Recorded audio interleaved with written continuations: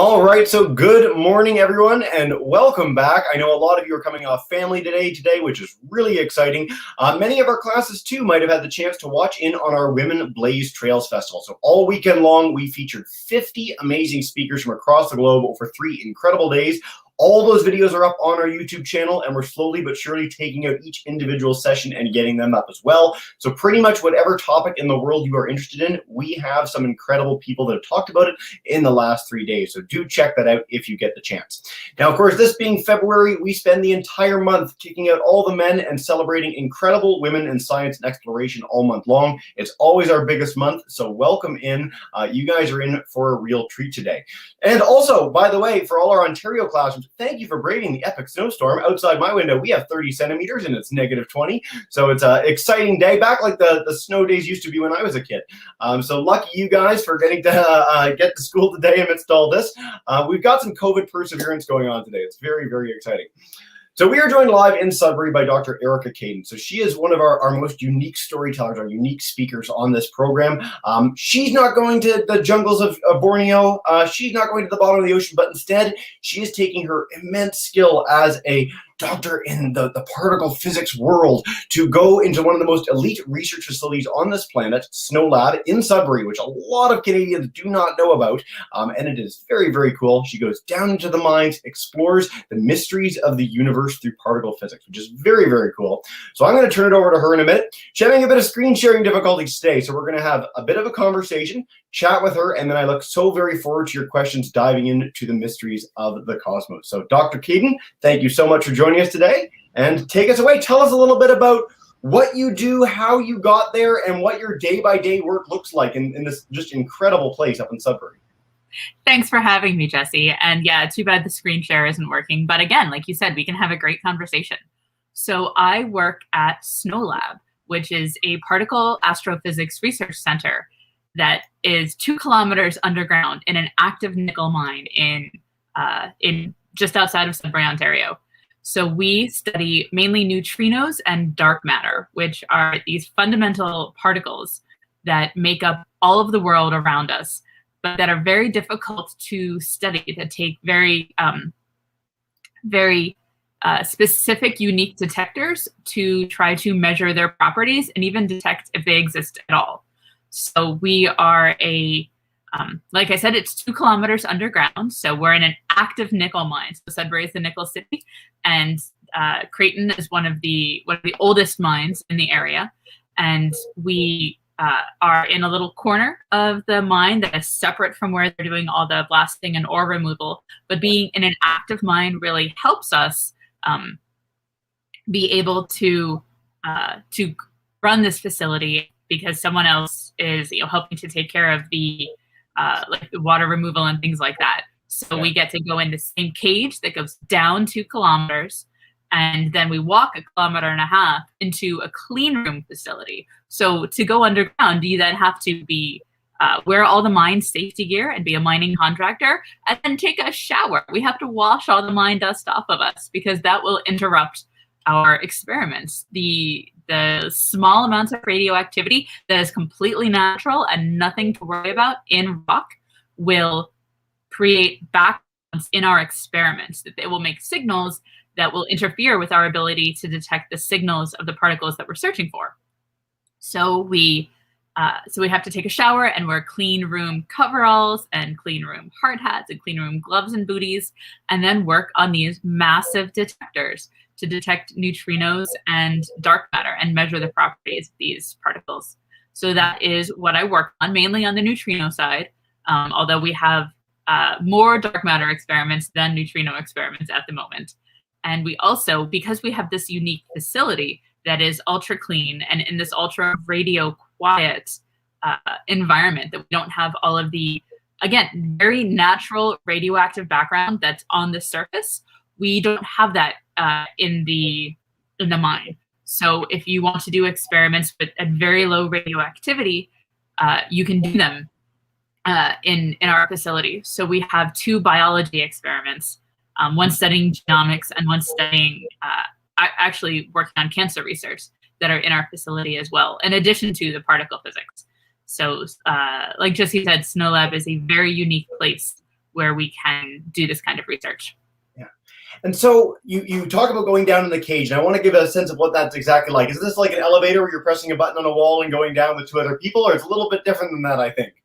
So it's a little bit different than that. But in the pre-COVID times, they would smoosh about 40, 45 people per level. So it's a maybe like a small washroom, or maybe like a really small bedroom, and you smoosh 45 people in there, and there's 2 decks. So there's the top level and the lower level, and then it moves fast. So faster than the elevator in the CN Tower, and we are deeper than the CN Tower is tall too. So it takes 3.5 minutes to go the 2 kilometers straight down. And it's dark, and you kind of see the levels flashing by, and it rattles around a bit. It's completely safe. The mining in Canada is incredibly safe, but it's a little surprising, maybe your first time down. I don't know. You can tell us about your first time. Hey, it was pretty incredible. I got the chance a couple of years ago to go down with Dr. Caden. So did Joe, if you've seen him host before. So we both had the chance to go down. It's really, really unique. And so you get down these 2 kilometers, and you said you walk this 1.5 kilometers through the hallway. How many researchers are actually going there every day? And is your day done after like an hour? Or can you just like go back to the cage and come back up whenever you want to and get a snack on the surface, or what's going on? So we have SNOLAB employees about 130 people. And in pre-COVID times, we had about 50 to 60 people underground on any given day. That sounds about right, 50 or 60 people. So it's not just scientists like myself. We have many students, young researchers who are coming to work on the experiments. We have plant systems operators to run our water purification plants and our other fluid purification plants for the different other different experiments. We have millwrights and engineers and people who are helping to build the projects and help just maintain the facility. But I'd have to say the largest fraction of people working underground are our cleaners. So it's not just that we have to take a shower ourselves. We have to wash every single surface of everything that comes into the lab. And we have to keep making sure the lab itself is clean, that the walls don't have dust on them, that the floors are clean. Because being a clean lab, it's not just an adjective, it's a verb. We all have to work to maintain these low levels of dust and radioactivity that are necessary for our experiments. So without our cleaners, we couldn't do our science. Right, and you mentioned that when you go in, it's really, really necessary to make sure there's no contaminants, there's no particles getting in there, because you're measuring really infinitesimal, very difficult to trap things. So you mentioned neutrinos is something that you work on. Could you explain a little bit about what a neutrino is in the most basic terms, and why it's so hard to capture these things in a lab and measure them to begin with? So a neutrino is a subatomic particle, like a cousin to an electron. So we know that atoms are the building blocks of life. They make up everything. And atoms have protons and neutrons inside them and electrons that circle around. So if you have inside an atom that decays, and again, this is a very normal process, a neutron can decay into a proton and an electron, and then shoots off an antineutrino, an electron antineutrino. We see neutrinos from the sun. They happen from the fission processes when 2 atoms of different elements merge together and create a new element. So fission process is what makes the sun burn, what gives us a lot of our heat. They happen again in fusion process in the sun, which what gives us our heat. In fission process in nuclear reactors, neutrinos are produced there. In supernova, when stars explode, they help propel the explosion forces out. Neutrinos are without the sun, without neutrinos, there'd be no sun. There'd be no sunlight. So for being so everywhere, they're the most abundant massive particle in our universe. There's 340 million of them in a square centimeter. 340 of them. Per second, they're very dense. Yeah, so from the sun right now, if I put up my hand, right, even if I'm in a dark room, I'm holding my hand in shadow. Right now, there are neutrinos passing through my hand. That's correct? Oh, yeah, like 100 million every second for your thumbnail. which is unfathomable. I mean, this is something that's beyond the realm of everyday understanding of physics. I mean, our typical thing, you put your hand out and you're touching something, you're interacting with something. Neutrinos don't interact with anything. They just fly through space. They pass right through our bodies. They pass right through the Earth, like it's not even there. Is that correct? Like it's not even there. Yep. Yeah. So they don't interact with very much at all, and that makes them very hard to detect. So which is why we need to go deep underground and build these very big detectors that are very sensitive to the little bits of light that flash whenever we do see a reaction. Yeah, and they're like, so there's chambers that you fill with certain materials that allow them to capture these neutrinos. It's not just your run-of-the-mill water. It's a little bit different than that in some way. Yeah, it's called, so we can detect them with ultra pure water. So this is water that has been stripped of all of the ions and minerals that we normally have in water. And this is nothing but hydrogen and oxygen. So that's one material that we can use to detect neutrinos. The original Sudbury Neutrino Observatory, one of the experiments whose leader co-won the Nobel Prize in Physics in 2015, they used heavy water, which is water with an extra neutron in the hydrogen. And that is what's used to cool the nuclear reactors in Canada. And that can detect neutrinos with a couple of very specific reactions that no other material can do. You can catch neutrinos with liquid argon. You can catch neutrinos with some special mineral oils. There are many different reactions that we use to catch neutrinos that have been developed over many years of looking for them. And so you need to have this special material to catch neutrinos deep underground, because if you had the same, vat of material up on the surface, it would be contaminated by too much, like too many other things would set it off and you'd never be able to find what you're looking for. Is that the idea? So yes, the 2 kilometers of rock stop all of the other particles, almost all of the other particles, mainly muons and protons from cosmic ray showers and just lots of other noise. So it'd be like if you were sitting in a concert hall and you're hearing this big symphony orchestra and it's a lovely sound, but you're really trying to hear the pin drop in the back corner. Right. And you can't hear the pin drop when the symphony's going, but if you go deep underground, you don't hear the symphony, you can hear the pin drop. Right. And so you're down here and you've got this very special place. You've got this very special material. It's a lot of money to build up these experiments. How many neutrinos are you catching a day? So again, it's very, very hard to catch one to begin with. And so you're catching millions a day, billions? Are you catching one? What's going on? It's around one. That would be pretty good solar neutrino rate in our water phase. And when we had this very pure water, the reactions, it would be about one a day we get. And how are we, so you talk about capturing it. Are there cameras? Are there, how are you actually seeing this happen? And what sort of information are you garnering from that? And I know that this could be a very complicated answer, but in the basic terms, why are we doing this? What are we capturing? We've seen a neutrino come. It's passed through the Earth. We've caught it in this vat. How cool is that? What do we gain from that?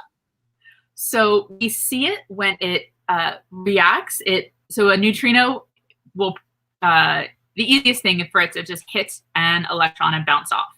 And so then you see the electrons scatter. And because the electron is moving faster than the speed of light within water, it will make this cool ring that's called a Cherenkov ring. And so if we have in our vat, we have covered with all of these light sensors, 9,000 of them that are very, very sensitive light detectors. So when the electron moves and makes this ring of light, our light sensors pick up this ring of light. So then we can analyze this data, use some algorithms to say, oh, this is a ring. We know that this was caused by an electron of this energy, and this happened because a neutrino hit into it.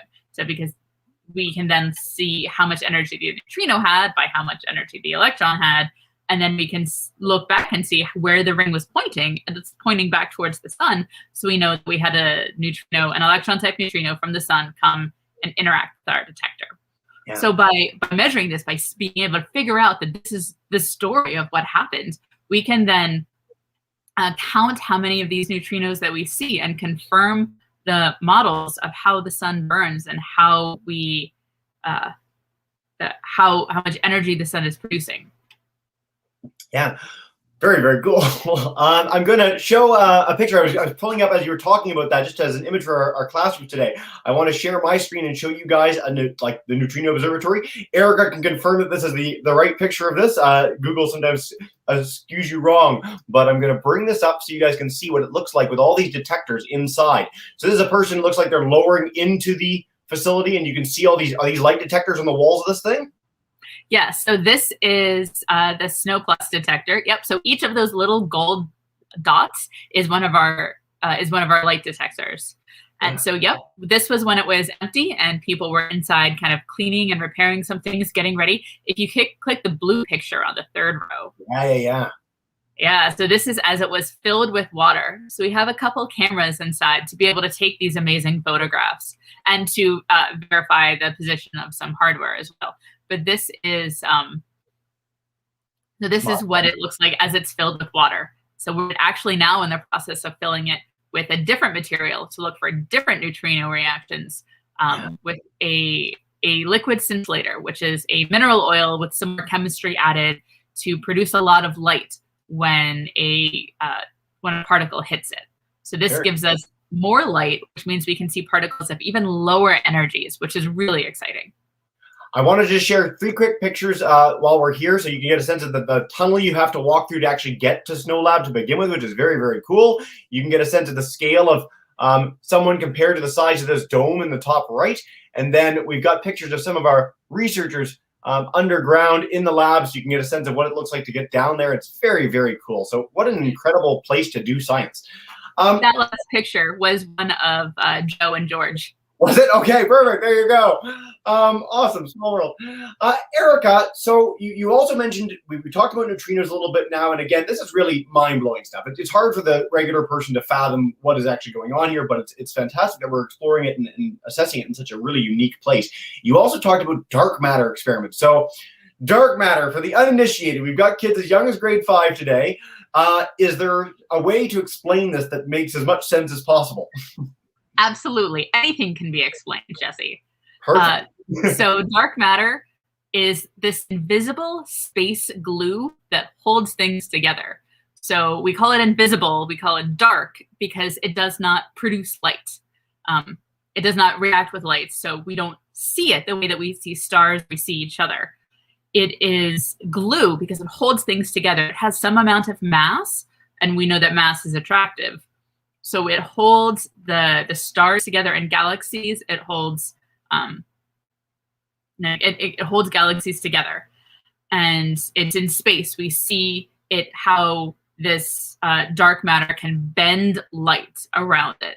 So this is I think one of the easiest ways to explain it is this invisible space glue. We can see the effects of dark matter. We can see how it holds galaxies together. The stars on the edges of galaxies aren't flying off like you might fly off a merry-go-round if you're not holding on tight enough as they're spinning. We can see how it bends light. We can look at pictures of the stars, of big galaxies, and some of them are just dots, and some of them are lines, and some of them are kind of curvy lines. And they're curvy lines because there's some amount of dark matter that is bending the light.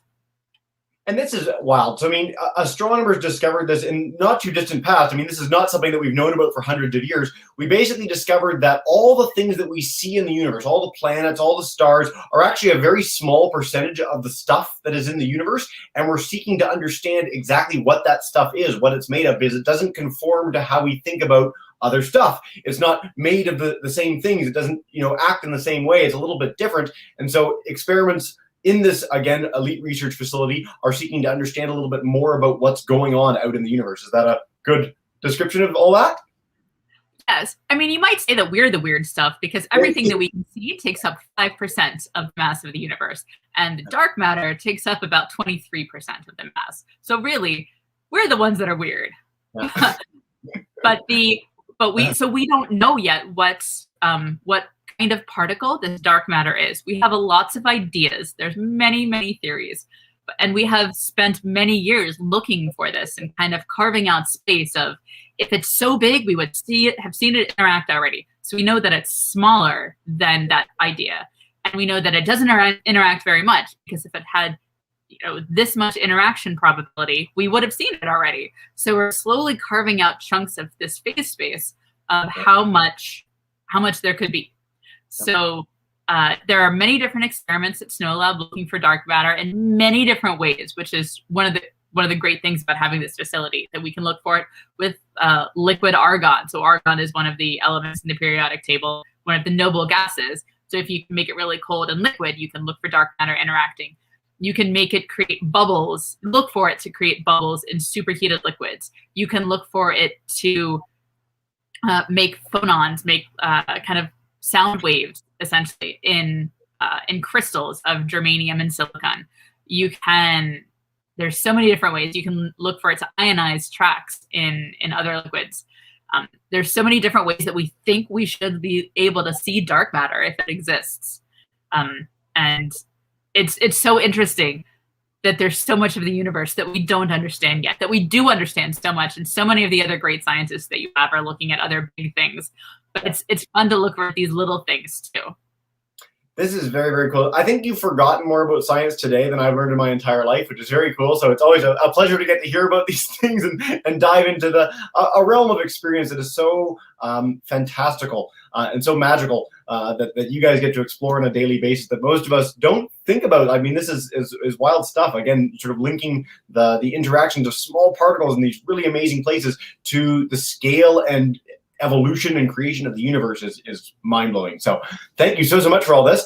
Dr. Caden, if you're okay with it, I want to dive in with questions. We've already got a few coming in on YouTube. We can go to our live classes and explore some of these things a little bit deeper and see what kids are interested in. Does that sound good? Absolutely. Lovely. Mr. Clark's class, I'm going to come to you guys in just a minute to kick us off. Before we do that, there's a great question from Charlie on YouTube, and he wants to know so those light detectors inside the big dome, how much does each light cost, and what do you use these experiments for? So first, about the cost. So each one is about $2,000 or $3,000. So one of the great things I think about physics is how we reuse parts from previous experiments that have run their course and have given us great results. We can dismantle them and use their pieces to build new experiments. So all of the light sensors in SNO Plus, the big blue ball that we were looking at, they were used for the original SNO experiments. So we were able to take this facility, drain out the heavy water that they used, and then fill it with these other materials to look for different science. So then the second part of the question, so what do we then do with them? So we're trying to understand the neutrino. So we know it exists, we've detected it, there's many experiments, but we also know that we don't understand all of its properties yet.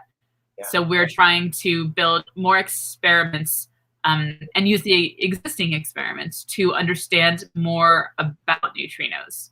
Yeah.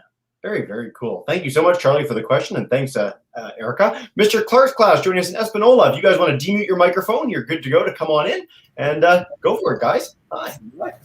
Why did they fill it up with water? Yeah.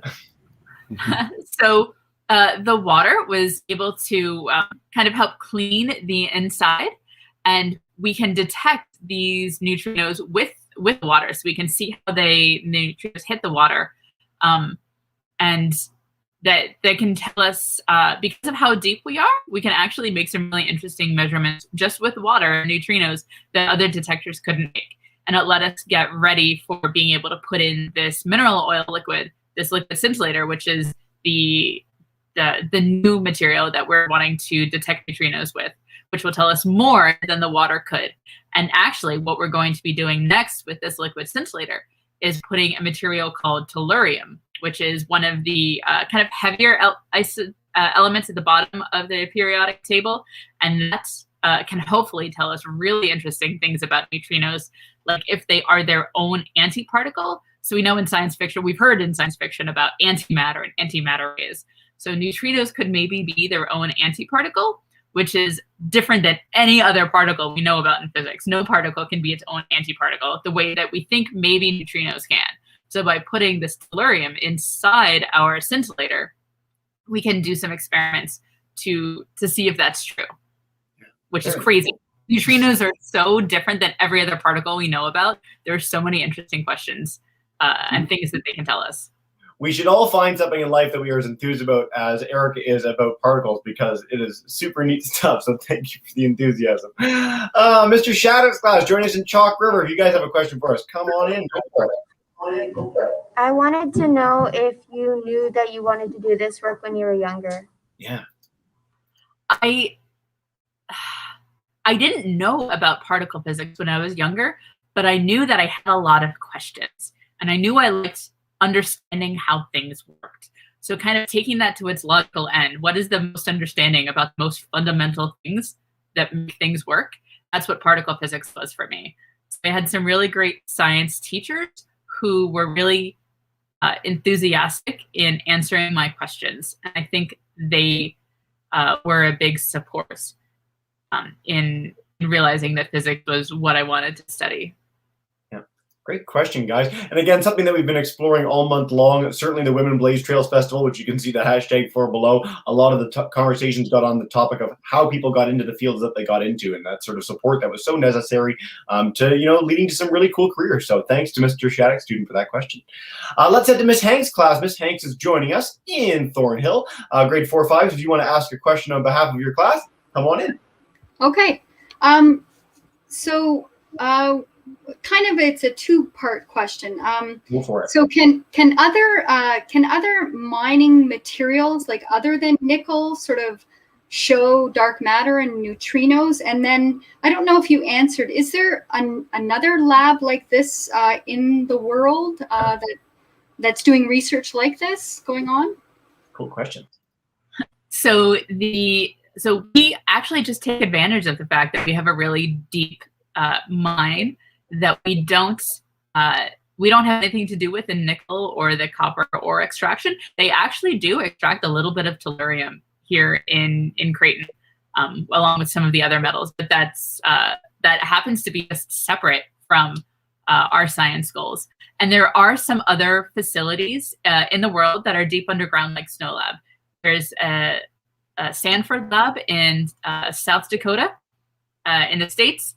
There is Jinping lab in China that is actually deeper than SNOLAB. So there's a couple different philosophies about building these big labs. You can go underneath a mountain, so you can just drive straight through, and the mountain will provide the coverage that from all the other particles that you can also achieve by then going, flat Earth and going down.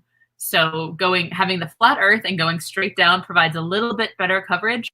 But then, like Jesse said, you're down and you're there. So once I'm underground for the day, you're underground for the day. There's no going up for lunch. There's no going up for, oh, I forgot a tool or a part. You are there for the day and come back up after 10 hours. So with the drive-through mines or drive-through labs, it's maybe a little bit easier to leave and get lunch or a coffee perhaps, but we have coffee makers underground.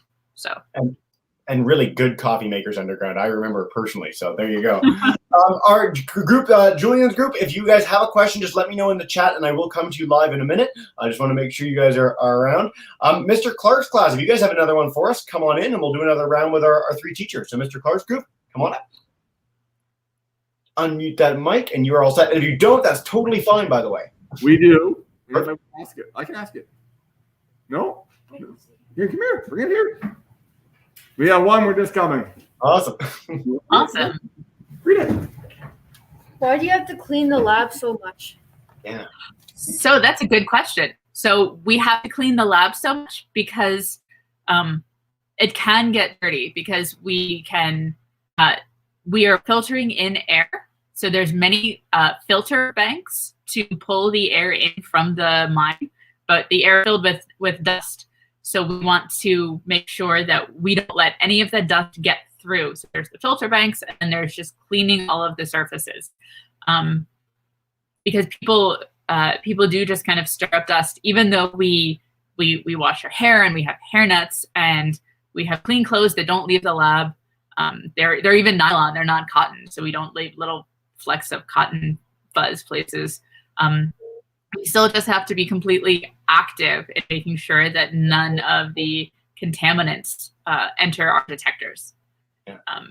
They would make a signal, they would make all of the light sensors flash and we would say, oh, is this something? And it's not the neutrino that we're looking for. So if they're flashing all the time because there's all these other things that are causing signals in the detector, then we would never have the time to wait to see the flash that we're looking for.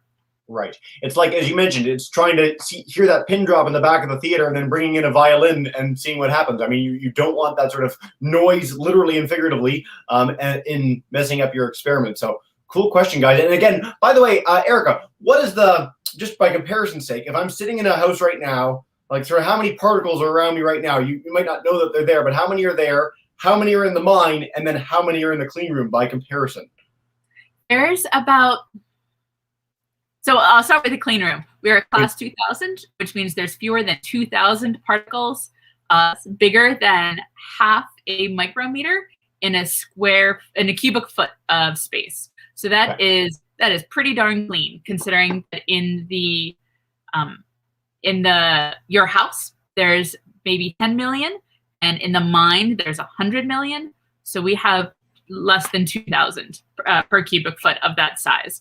So it's really, really, really clean. This is like operating room level clean. Yeah, better. Yeah, I mean, if you wanted to take someone down, and walking through the mine to get them to a surgical suite, probably not. But it's very neat that you have to go through one of the dirtiest environments known to man to get to this area and clean yourself up to the point where you can do these sort of physics experiments. So cool question. Thanks, Mr. Clark's class. Mr. Shattuck student, come on in. Go for it. I was wondering if there was a little home area in the underground research lab area. Like where people if they need you or anything? I'm sorry, I couldn't quite understand. Is there a little home area underground where you guys stay at? Yeah. There's not actually. So we have a lunchroom that is our refuge area. For mine safety, that has the coffee makers that Jesse mentioned, and refrigerators and microwaves, so we eat in a separate area than where we do the science. But no, we go up and down every day. There's no staying there. It's just for the workday, which is a 10-hour day, generally. But we don't have like cots or anything comfortable. No pillow forts down in SNOLAB. No pillow forts. No couches. Ms. Hayes' class, if you want to wrap us up with one more question, come on in, and then we'll just do a little wrap up from there. So go for it. Excellent. This has been wonderful, mind blowing. The question that if you could answer is, how many total neutrinos have you caught to date? Or I don't know. Yeah. So let's see. We've been running for it'll be 4 years in May. So if we catch one a day, that's probably about around 1,500. One a day for 4 years and 365 days a year. Dun, dun, dun, dun, dun, dun. Quite a few. So I think also what's interesting is that we can, and those are just from the sun, actually. As we're filling with this other liquid, the scintillator, we are going to be sensitive to neutrinos from the nuclear reactors in southern Ontario. So this is in Darling and Pickering and Bruce. And we can, those neutrinos travel 300 kilometers, 200 to 300 kilometers to reach our detector. And we can see those neutrinos, and we can make really interesting measurements about the nuclear reactors. We can kind of see when they are running or when they're turned off. And the neutrinos that are produced in nuclear reactions, in the fission reactions, are slightly different than the neutrinos that are produced in the sun. So by making these complementary measurements, we can learn even more. Yeah. So, I love this, and I love exploring this topic with you, Erica. It's such a thrill having you on every time, and I know that it's a little complicated for some of our students, so there's some things that I just want to stress before we wrap up in a minute. One is, I mean, these detectors are so incredibly sensitive. We talked about the expense of them earlier, but we're functionally looking for something like if someone were to light a match on the moon and to see the light of that, and probably even a little more delicate than that. Like, I mean, this is really, really incredible science being done. Is there an analogy for the sensitivity of these things that we can convey that you might know that I don't? I mean, like you said, so if you lit a match on the moon, our our detector on Earth, or if you had one of the photosensors and had it on the surface of the Earth, you could see that that light on the moon. They are incredibly, incredibly sensitive. And I think the pictures that you showed did kind of convey, but these are ginormous detectors. The acrylic sphere, so the center of the blue ball, is 12 meters across, and where all the light sensors are is 18 meters across. So the cavern that it's sitting inside is even bigger. It's the largest cavern of that size, as deep as it is in the world.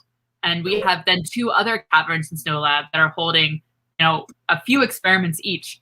But the snow cavern is, it's just ginormous. It's like you said, it's really hard to convey that. The picture where the guy is kind of hanging next to the side of it, you can just see just the edge of the curvature. That the experiments are so sensitive and they're so big, and it takes so many people to work on them. It's not just the scientists that are at the lab.